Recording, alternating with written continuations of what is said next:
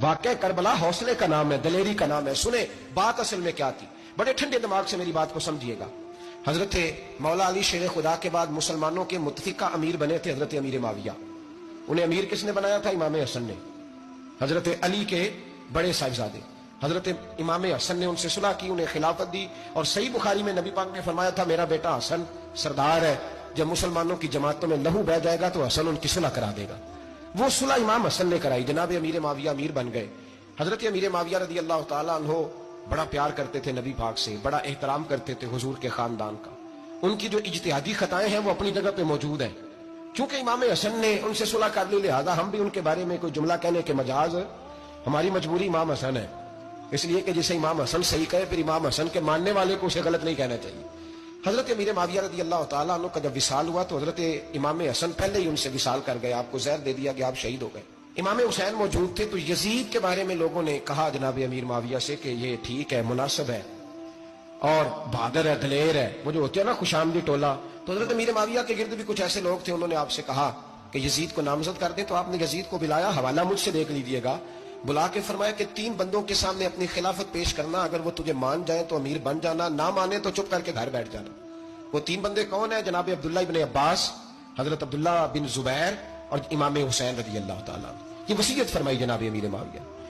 حضرت امام حسین کی وہ شخصیت تھی کہ مشکات میں حدیث ہے، نبی پاک صلی اللہ تعالیٰ علیہ وسلم کی چچی جناب ام فضل صبح صبح گھبرائی حضور کی بارگاہ میں آئیں، عرض کی یا رسول اللہ صلی اللہ علیہ وسلم آج میں نے عجیب خواب دیکھا ہے، میں ڈر گئی ہوں. حضور نے فرمایا چچی کیا دیکھا؟ عرض کی حضور میں نے دیکھا ہے کہ آپ کے وجود کا گوشت کا ایک ٹکڑا کٹ کے میری جھولی میں آ گیا ہے. حضور یہ کیا ہے؟ تو محبوب خواب سن کے مسکرائے، فرمایا چچی یہ پریشانی والا خواب نہیں، یہ تو خوشی والا خواب ہے.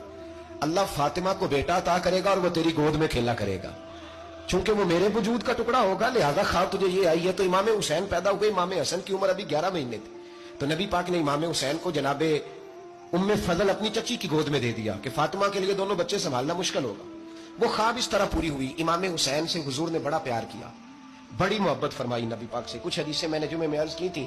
حضرت ابو ہریرہ رضی اللہ تعالیٰ عنہ کہتے ہیں یہ واحد بچہ تھا حضور کے گھرانے کا کہ میں نے دیکھا کہ نبی پاک صلی اللہ علیہ وسلم بیٹھے تھے تو یہ حضور سے کہہ رہے ہیں، نبی پاک سے کہ نانا جی اٹھ کے کھڑے ہو. کہتے حضور کھڑے ہو گئے تو کہنے لگے میں نے آپ کے برابر جانا ہے. بچے جو مرضی ضد کر لیتے ہیں نا. قد چھوٹا تھا، عمر 7.5 سال تھی. کہنے لگے نانا میں نے برابر جانا ہے. تو نبی پاک صلی اللہ علیہ وسلم نے ہاتھ پکڑ لیے، فرمایا چل پھر ہو جا برابر.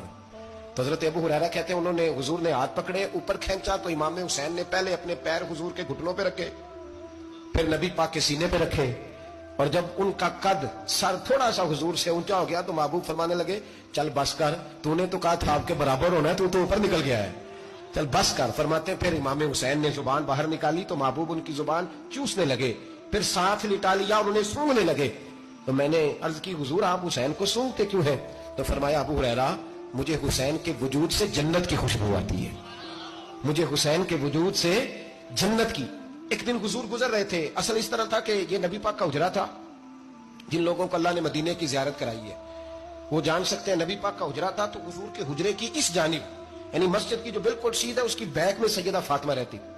تو حضور اکثر نہ نماز کے لیے جب نکلتے تو حضرت فاطمہ کے حجرے کے پاس سے ہو کر دوبارہ محراب میں جاتے. محبوب حجرے کے پاس سے گزرے تو امام حسین رو رہے تھے. تو حضرت فاطمہ نے کسی بات میں جھڑک دیا تو امام حسین رونے لگے. تو نبی پاک نماز کے لیے گئے تو واپس لوٹ آئے اور واپس تشریف لا کے کہا فاطمہ حسین کو کیا ہوا؟ عرض کی یا رسول اللہ تنگ کر رہے تھے میں نے ڈانٹ دیا ہے. کیا خوبصورت جملے ہیں حدیث پاک میں. سرکار نے فرمایا فاطمہ اس کو حسین کو نہ رونے نہ دیا کر، یہ جب روتا ہے نا تو میرے دل کو تکلیف ہوتی ہے. تو بی بی صاحبہ کہتے ہیں یہ حکم آیا نبی پاک کا میرے نا، پھر میں نے ڈانٹنا چھوڑ دیا. یہ ان کے فضائل تھے کم، ان کی تربیت خود نبی پاک نے فرمائی، خود ڈیوٹی.